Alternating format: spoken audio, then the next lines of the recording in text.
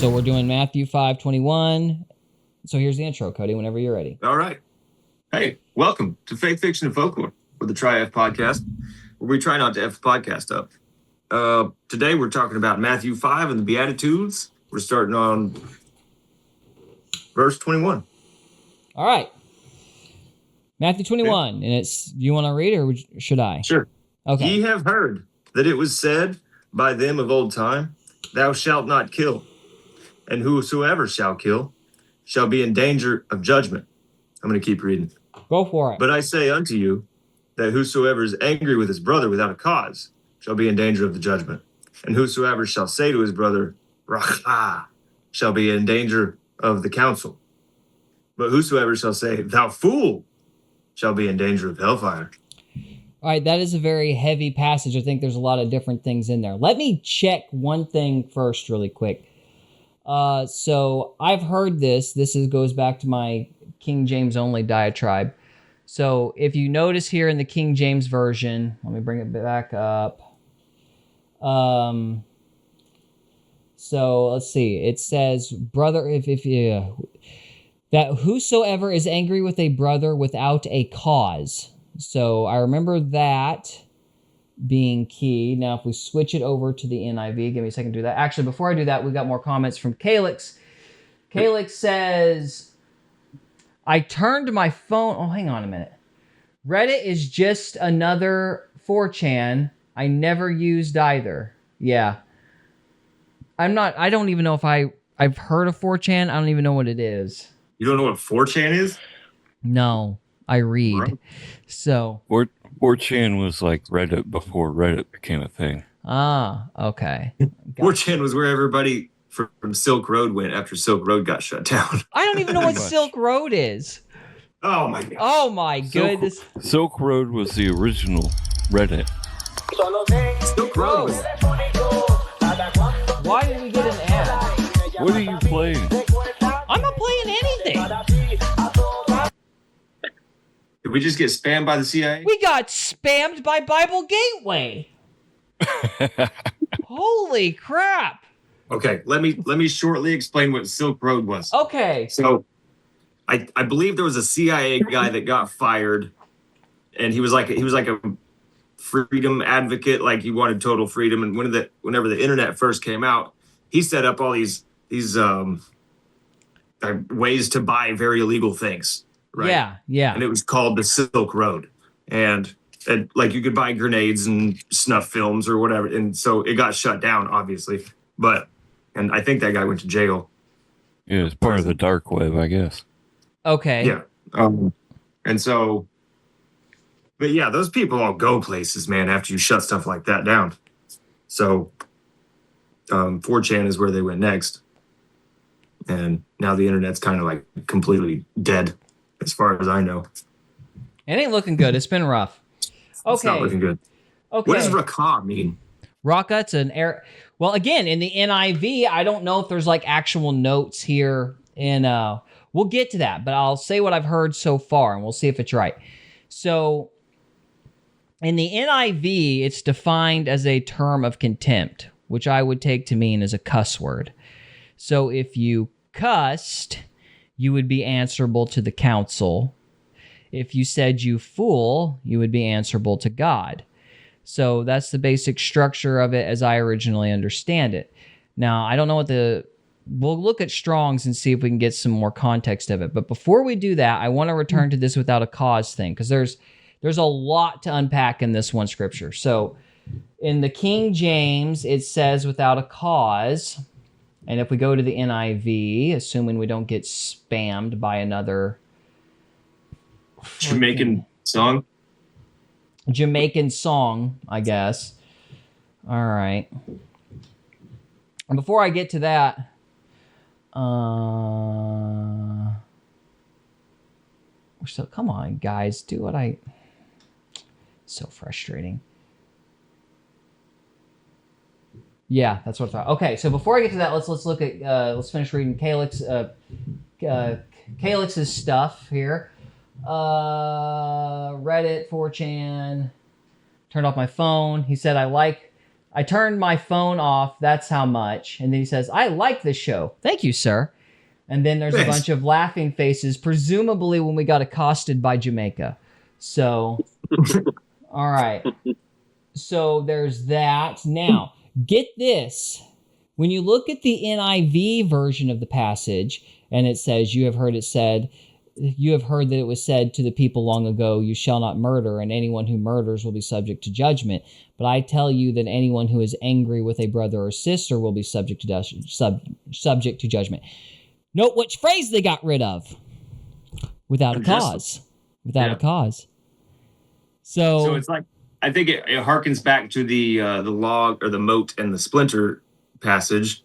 So like if you're like judging someone for smoking and you're smoking, that's without a cause, right? yeah. So, but if you're righteously judging someone, I mean, I don't even know. Like if they're doing something that's hurting them, I guess that's a righteous judgment because you want to help them, I guess. Yeah, my bottom line is, one, the King James implies that there is a context where it's appropriate to be angry, but this implies that there's not. Yeah. If you remove without a cause, is definitely subversive. Yeah, that's a very strategic omission.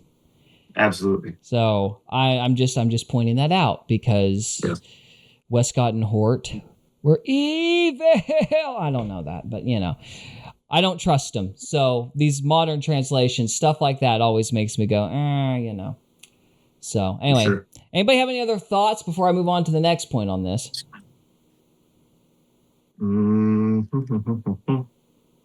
Nope. Okay. So what was the next question? Let's get back to the King James. I think we were going to look up Raka next. Yeah. What is Raka versus, and why is it not? It's like, hey, you asshole. But if you call somebody a fool, you're in danger of hellfire. That's kind of, I don't understand that really. Well, we will look it up. Well, let's first get this definition kind of confirmed, because I know what my interpretation would be, but I want to make sure that we get the word right. Because again, in the NIV, of course it's the NIV, it says it's a term of contempt. So let's see. Strong's. What does the word Raka mean in Matthew? Yeah, it's serving it like from a literary standpoint. Come on, give me the Bible. Why is it so hard to find these concordances now? I think you're right, dude. Dead internet, bro. Yeah, it's just getting harder and harder to find stuff. It's ridiculous. I can't hardly find nothing. So, yes, I want the Bible lexicons, you goobers. Anyway, so I'm got from the AI, because it would kill them to just give me a straight answer for a website. The AI, which is pulling this from the King James Bible Dictionary, is saying that the word is derived from the Aramaic reka, which is a highly derogatory insult that translates roughly to empty, worthless, empty-headed, or good for nothing. So it's a cuss word. It's a cuss word. Yeah. And according to these two sources, Calyx is suggesting we use DuckDuckGo. Let me see if DuckDuckGo gets me a better result. Let me tell you what I see in this word. What? So Ra and Ka. So you got Ra is the sun god, right? So that's Satan worship. And then you got Ka. Ka in the ancient Egypt was whenever they died and you got buried in your tomb, they'd give it, your Ka was your surroundings, like all the gold and stuff that they put around you, your treasures. Your Ka was your ego, kind of. So you got like an arrogant asshole. Greg, you're doing a lot of laughing. You That sounds legit. Why not? Calyx, you're a genius. I'm a linguist. See how high quality academics we are. So, all right. Calyx, you're a genius. DuckDuckGo worked. Thank you, sir. So, okay. So this is Strong's. We got, it's marked as 4469 Raka. Yeah, you good for nothing. To his brother, you good for nothing shall be guilty. Yeah. So it's all kind of saying the same thing. Good for nothing, worthless. Yeah. I mean, think about it. Good for nothing. Like if you're only concerned with yourself, you're not good for anybody else. So it's a big ass ego. So it's an Aramaic curse word. Yeah. I would just want to point out that Jesus did not go, those of you who call somebody the R word are guilty before the council. That's true. Just throwing that out there. I call people the R word all the time. I should. I bring it up because in the comments section, we have gotten some criticism for our colorful vocabulary. And I just want to bring it out. Christ did not say the R word. So there you go. Now, I will give my interpretation of what I think the scripture's actually saying. I think what it's basically pointing out is, yes, there are certain words that are considered worse than others, but God is not necessarily paying attention to, the precise syllables you're using. He's paying attention to your intention.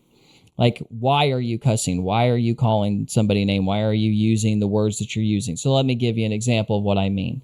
I would argue that if, like, say you're a construction worker and, you guys are, like, cussing and calling each other names or whatever to build rapport. Like, I've seen people do this. So it's like, hey, you sorry SOB, how you doing? And it's like that kind of thing. Like, if you're building rapport with it, I would say you're not sinning. But if you call somebody a goober in traffic, no, you're not technically cussing. But if you mean it and you're calling the person a name because you're mad, then you are sinning. You understand? Like, intention is what defines whether or not something is a word or a sin. I'm glad you used that analogy because it's something I need to work on. Oh, me too. All the time. Like, this is all, I have a perfect moral compass until I stub my toe. And then, I just. No, mine's specifically with driving because I can separate the person from the car. And so I'm like just yelling I feel like I'm just yelling at a car. Yeah. But I'm actually like cursing a person. And that's not good. Yeah. It should be self-evident that the words you're using are not actually what God cares about, because the words have changed so much. Like, if you read some of the old medieval texts, like, they use words just nonchalantly. Like, priests will use words like shit and the C word just because that was the words they used. Yeah. It wasn't considered profanity. They had a whole other... Their definition of cursing was totally different than what ours are. So words change. So the idea that the words you're saying themselves are actually what is sinful is just asinine and silly, and we should be better than that. I completely agree. And however, there are a lot of people who do not feel that way, and they dig in their heels about it. But they use a lot of, like, scriptures that are talking about, like, kind of vaguer terms, like you should... Trying to think, when I read one in Proverbs not too long ago, it was like being forward in your speech. They'll use, like, verses that kind of have, like, a vague terminology that's slightly broader. You know what I mean? Like, let no unwholesome thing come out of your lips or something like that. I should probably pull up a specific verse, but, anyway.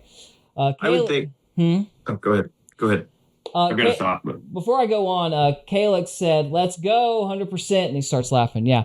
No, dude, I appreciate the DuckDuckGo thing because I was banging my head against the wall. Google was not letting me pull up Strong's. Even though, like, not even 2 months ago, I could use Google to pull up Strong's. It's really frustrating. So, and then Jeremiah was making fun of me not too long ago for using Strong's. You remember that? He was like, get out them Strong's, boys. Yeah. So, anyway. I think the more you express emotion into the physical world. Hang on. Yeah. Sorry, I had a cat fight. The more you express you make your inner world come out, right? Mm-hmm. The demons can use that, man. So, like, the more you express your, like, anger, like, the worse off you are. If you just, like, let it go, give it to God, you don't have to voice it, then it doesn't become real. It's just a thought. Yeah, I think... You're manifesting a thought is what you're doing by cursing someone. think Paul says something to the effect of everything that you say needs to be for the purpose of building somebody up in some respect. So even if you're like calling somebody a name or being angry, it's like you might, like, for example, Christ is yelling at the Pharisees. Well, he's doing that for the crowd, because the crowd treats these people like they're an authority figure. You know, these guys are the religious experts. They know what's right and wrong. And so he dresses them down. And I don't think he's doing that out of malice. I think, he's doing it because it's probably the best chance to save the priests, since they're so arrogant. They've never actually been reprimanded before. Yeah, it's idol smashing. But it's also knocking them off the pedestal for the crowd. So I think you just need to be intentional, and you need to be thinking, okay, how do my words benefit somebody? And that should always be our objective whenever we talk. Now, and there are going to be cases where cussing becomes appropriate. You know, if, like, for example, like in my own experience, I've ran around with like rougher crowds, and if you sit there and act squeamish about cussing, they won't even talk to you. Like, you can't even hardly begin a dialogue because they don't trust you. Mm-hmm. You know, they think you're like, oh, this is one of those guys we got to tiptoe around, or he's going to get on to us about our language all the time. And it just shuts down a conversation. Now, you don't need to start cussing with them, but you don't have to necessarily go, stop using that language. That language is so bad. Why do you use that language? I can't stand people like that. Yeah. It's like, it's not setting an example for God to do that.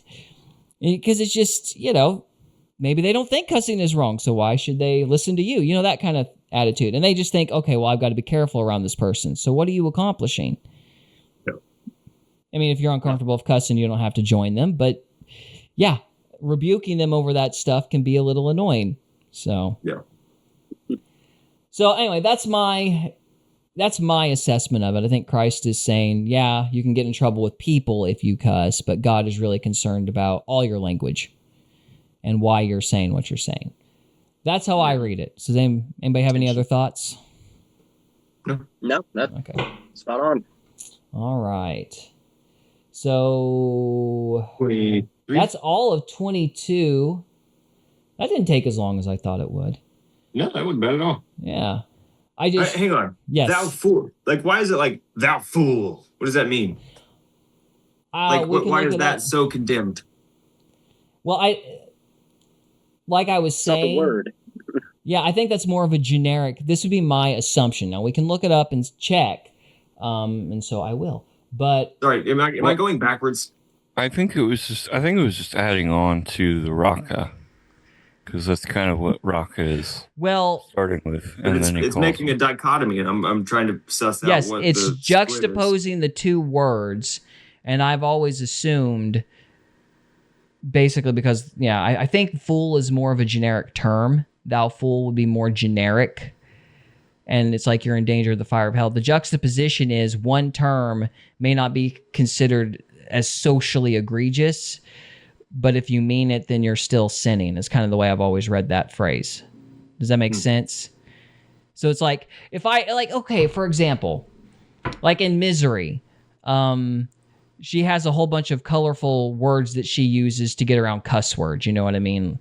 Like a brat, it's like you're a brat, Well, that's not as bad as calling somebody an SOB, but it's still bad because her intention is to insult and demean. You know what I mean? It goes back to intention and heart. Yeah. But we don't want to be unthorough, so I will look that up really quick. So let me see if I can actually pull up the entire verse. Yes? It'd be like the difference of, like, if I was to call you an SOB versus look you in the eye and say, Gary, you're a moron. Yeah. One moron is not considered profanity, but that is still sinful. Right, exactly. Or if you want to go with the Southern Belle, bless your heart. Yeah, there you go. Oh, well, bless your heart. Ain't that the most condescending thing you hear when some people say that? Oh, bless your heart. Yeah. Oh, I guess it's probably all about intention, and we're just not familiar with the language of the time. Yeah, God's more worried about what's on your heart than... Yeah, hang on, guys. I am. Trevor got frozen. Here it is. Well, you guys keep talking while I try to figure out how to pull up this whole verse. I'm trying to, because if I just type in, if I just type in "thou fool," then I'm gonna get like a million places where it says that. So I need to pull up the whole verse. So you gotta give me a minute here. I wonder if it's referring to like love your neighbor as yourself, right? So if you like, man, I don't know. I want to move on. Okay, yeah. So the word is. You want to move on? Bird. I'm so tired. Bird. So okay, the word for fool here is called. Yeah, it's dull, stupid, moros. You know. So yeah, it's just more generic. It's a broader termed. Yeah. Okay. I would argue it's probably culturally a more broad term for, somebody being an idiot. So.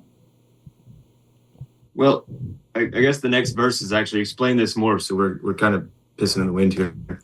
Okay. All right, hang on. Okay. I'll see if I can't find anything maybe later that kind of gives maybe a cultural context, because that might be helpful. But we'll move on. So for now. I mean, it keeps explaining the verse here, so. Yeah. Calix also said I agree, so I assume we're on the right track. So there you go.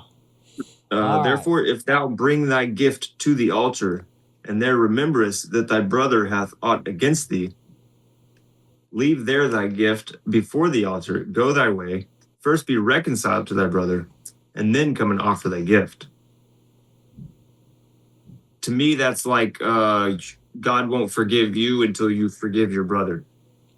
I think that's right. I think you have to deal with reconcile your own issues before you start going to God. And strife can be a hindrance to your relationship with him, type of thing. So yeah, you can't ask for his hand to guide you if you're pushing it away, right? With your resentment. Yeah, I agree. Agree with thine adversary quickly, whilst thou art in the way with him, lest at any time the adversary deliver thee to the judge, the judge deliver thee to the officer, and be cast into prison. So just let people be wrong and walk all over you until they see it. I don't know if I'd go that far. I think it's just more reiterating, make peace with people as far as it is up to you, as Paul says. Well, if you disagree with the person who's unhinged and wrong, you're not making peace. I can assure you. Yes, but you don't want to lie to them. Because they're just going to spiral. If you pacify them, you're just going to lie to them. You're just lying. There's a way to say things nicely, I would say. Yeah. You wouldn't call them Raka, for example. I guess in the modern day, you could call them Raka because they wouldn't know what you were talking about. Yeah. So, or you could just go Moros. All right. What's next? So 26. Do you want me to pick it up, or do you want to keep going? I can keep going. All right. Verily I say unto thee, thou shalt by no means come out thence, till thou hast paid the uttermost farthing. Ye have heard that it was said by them of old time, thou shalt... Hang on. Now it's India, huh? Yeah. Bible Gateway, Right, this is not a good way to guarantee a clientele. There are other Bible apps out there. Just throwing that out there. All right, sorry. Yeah, that's So right. We're over the target. So the CIA is like, we can't let them know what Raka means. Oh, for sure. Yeah. All right. It's like the Knights Who Say Knee, and so like every time we say Raka, the CIA is like. He's talking about us. So okay. Speaking in tongues. I can't hear that word. All right, 26. I'm going to read it again. Yeah, go for it. I say unto thee, thou shalt by no means come out thence, till thou hast paid the uttermost farthing. So it's settling debts. Like, yeah. Am I wrong to equate that to like the uttermost farthing being like the girl with the 2 pennies in the offering plate? I think what it's because it cost her a lot that it was worth a lot. Well, I think what it's saying is you need to settle your debts and make stuff right quickly. Like you need to prioritize getting out of debt and getting out of situations where you're indebted to somebody else. Because if you get called on that, then you're gonna have to pay for the whole thing. So it's just like get out of situations where you're indebted quickly. I feel like we're a little confused because we broke it up into verses, whereas in the original text there's no breaks in the verses. Huh? Yeah, I feel like sorry, the verse go on, numbers are kind of our own thing that we've added in to help us read it. But in this case, I don't know if that's a good breaking point. Yeah, I think. Sorry, go on, Greg. Yeah, I feel like that should have been in the last. Or it seems to go with the last verse. Huh? Right, right. That was my fault. Yeah, no, you're right. It seems like 25 and 26 are part of the same thought. So, okay, 27. This is a break, so you can take it. Okay. Sorry.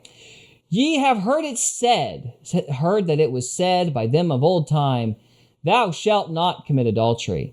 But I say unto you that whosoever looketh on a woman to lust after her hath committed adultery with her already in his heart. Can I go back to the NIV again? I want to go back to the NIV. Important. There's a very important distinction here, I think. So look at the wording, look at the preposition to, right? To lust after her hath committed adultery in his heart. So you've got that, but let me switch over really quick. Hang on. This should just take a few seconds. We're going to go back to the NIV. Oh, yeah. Why are you still using Bible Gateway, bro? I don't know, because I guess I'm just used to the format. What in the world? That's like Spanish Post Malone right there. That was horrible. It didn't used to do that. Why did it start doing that? That's crazy. CIA's got control of the whole internet. I guess. Oh my gosh. Raka. All right, New International Version. That is so We're the knights who say Raka. We are the knights that say Raka. Oh my gosh. It's not even letting me pause it. Dude. I hope that's at least entertaining. Oh my gosh. Okay, so They're trying to force a copyright on us. I guess. Holy crap. They really don't want us doing this. I guess not. I guess not. Jiminy Christmas. And why in the world are you letting Amazon advertise on Bible Gateway anything? They're probably advertising something completely degenerate in another language. So I don't know. You're not representing very well, Bible Gateway. Being pretty mean to Spanish Post Malone, buddy. Oh, I know. I'm sorry. The women in the midriffs gyrating made me suspect hedonism. So L Post Malone. Yeah. Okay. All right. Now this is what it says in the NIV. You have heard that it was said, you shall not commit adultery, but I tell you that anyone who looks at a woman lustfully has already committed adultery with her in his heart. So note what's missing. The preposition. Two. Yeah. Yeah. Why do you think they would strategically... Sorry, go on, Cody. I'm answering your question before you asked it. They're trying to say... They're trying to make it confusing. It's like you can't look at a woman you can't talk to a woman without looking at her, right? It's like we're allowed to talk to people. And so they're trying to make you feel guilt for even talking to anyone, but if you have the intention to lust after her, that's what it's saying. That's exactly right. Intention is what the King James is establishing. Intention, saying, okay, if you look with the intention of lusting, you have committed adultery in their heart. This makes it sound like any sort of errant thought is automatically lust. It's a sin. Yeah. It turns it from something, it moves it from intention to thought crime. Yeah. That's what they're doing. Yeah. 100%. Yeah. Thought crime. So they're creating this ambiguous sense of guilt to put people on edge. That's my suspicion anyway. Oh, I like it. I'm in total agreement with you. All right. Anybody else have any thoughts? No, that's exactly what they did. Yeah. I'll keep the NIV version up over here. And Okay. So if you want, so you don't have to keep going back and forth. That would be helpful. That'd Right. probably speed this process up. Let me ask you guys a question. Why do you think they're doing that? Why do you think they're making? Because bear in mind, whenever the atheist debates were going on in the 2010s, they would be like, there's no major doctrinal changes. Yeah, there's some differences, but the Bible doesn't have these, versions. They don't have major doctrinal changes. I would consider everything that we've read major doctrinal changes. Mm-hmm. So, number one, that's their line. Number two, why do you think they're making these changes? What do you guys think the intention would be? Because Satan is the ruler of this world, bro. I don't know. What do you think, Gary? I think I need to get to the King James verse before I get to this fully. I think what they're Read it to doing. you? No, I'm just trying to get back to where I was on the Bible Gateway. That's all. Ha! I'm smarter. Okay.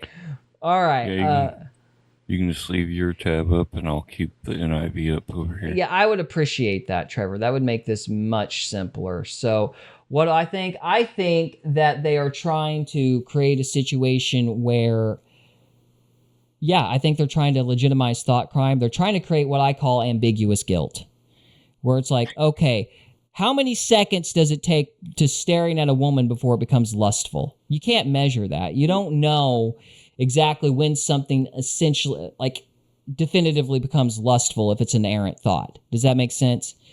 Mm-hmm. Now, if you say 2 and you imply intention, then the line becomes obvious. You're looking at a girl with the intention of longing after her.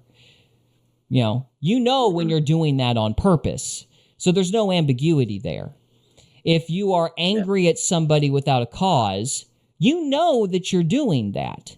That's not like an instinctive reaction. Like you're angry at that person because you're bitter about something else or there's some other context and you're holding resentment, even though that resentment might not have anything to do with the specific situation you're in. So they're getting rid of the intentionality components in the scripture and equivocating sin with errant thoughts and impulses and reactions. That keeps everybody ambiguously guilty and on edge. And that makes them think, oh, I have to change something about my heart, even though nobody knows what in the world that would mean. Right. That's what I think. You nailed it. Guilt. Demons feed on guilt, man. And so when you have this unfounded guilt, it doesn't matter where it came from or if it's real. It's like the demons still get in your mind and tell you you're bad, right? Well, they can maintain a level of control over you like nefarious people if you don't know what the lines are. If there's ambiguity in your moral ethos, if you don't know what necessarily is and isn't a sin, well, they get to tell you. And so You're it's always about looking for a Messiah. Well, it's about diluting the precise meaning of things. It's about blurring lines. So you're more dependent on a leadership or something. That's my suspicion. Feel free to push back if you think I'm wrong. No, you nailed it. I agree. So, all right.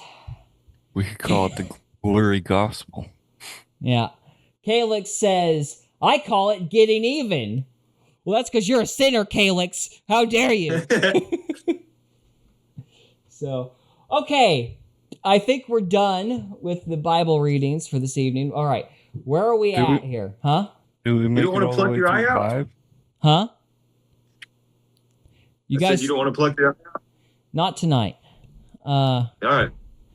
So, Trevor, were you going to say something? Did we make it all the way through 5 or no? Hang on. You've heard it said, thou shalt not commit adultery. He's already committed adultery from his heart. So we are at 28. We finished 28, and that means we'll be on 29. I mean, I guess we could read 29 just so 30 would be easier to remember. So, for me next week. And I won't look like a complete idiot or raka this time. So We'll probably start on 29 next week. Let's go ahead and read it. Okay, so let's do 29 this week, and then we'll do 30 next week.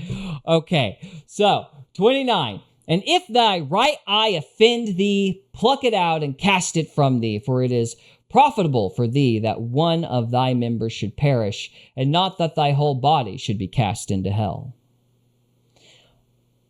I have one point. I have one point that I want to add to this. This is just me, and you can push back if you like. I don't think this is another one of those removing temptation verses like it's used. I think this is a pruning metaphor, because there's a lot of times in the Gospels where the Bible is using pruning metaphors. And the thing about the hand and the thing about the eye is that they're connected to you.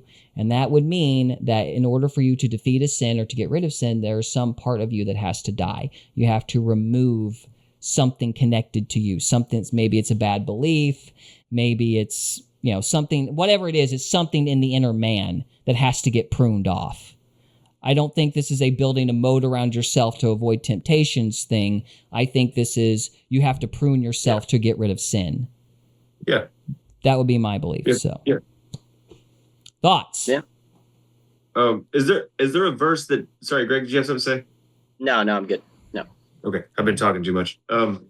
Is there a verse that talks about, I don't know where it is. Talks about making the tree produce good fruit. It's in Matthew. I don't remember what verse it is. I know what you're referring to. There's like vine passages and pruning passages in John. I read it earlier. When that conversation about the Holy Spirit takes place, I am the vine, you're the branches. So there's that section. There's also you will know them by their fruit, with referring to false prophets. That's, I think, in Matthew as well. So there's different places where those pruning analogies are there. So, and like, dead branches being cast into the fire and that sort of thing. Yes. So they show up multiple times. Yeah. I don't know where it is. I read it earlier, actually, but anyways, yeah, that's all it reminds me of. Okay. That's my interpretation. Cut down the bad trees and let the good trees grow, Yeah. I just think that the eye and the hand thing are pruning analogies, since you see pruning analogies other places in the gospel. That's my point. Yeah, so, I like it. Yeah, it fits. All right, Trevor, you got any thoughts? Jesus was divine and we are the branches. There you go. Was that a pun? That was a pun. Divine? The branches. Oh, we froze. Just in case anybody thought I'd said something profound, we had to insert a dad joke. It'll work. All right. We hope you enjoyed this episode of Faith, Fiction, and Folklore. If you did, we would love it if you would subscribe to us on YouTube or follow us on Rumble. We can also be found on X, Instagram, and Facebook. And we are available on Spotify, Apple Podcasts, Amazon Music, and iHeartRadio. Thank you again very much for listening, and we'll see you next time.